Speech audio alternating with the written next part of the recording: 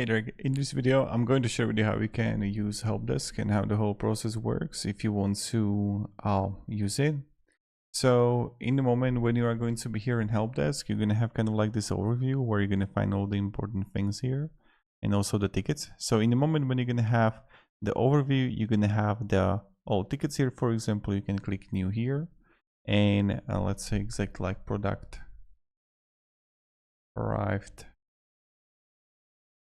damaged, and I can have helpdesk team customer care assigned to priority, and I can have like a tags here and also like the customer phone number, and here I have it. So in the moment when I'm going to have the tickets here, I can see the tickets and also the overview. So the customer care, for example, this is the email right here, and this is the open ticket, and we have the higher priority urgent.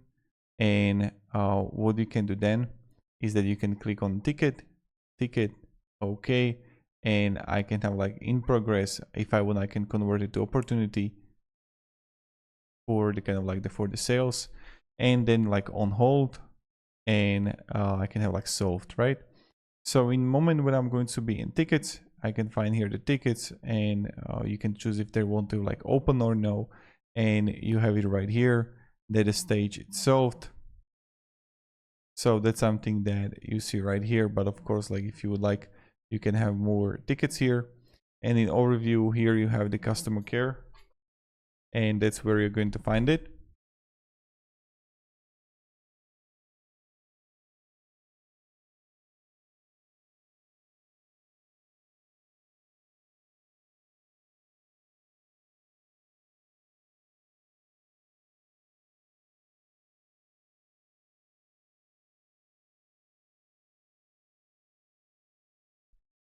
So in the moment when you are going to be here, you see the tickets.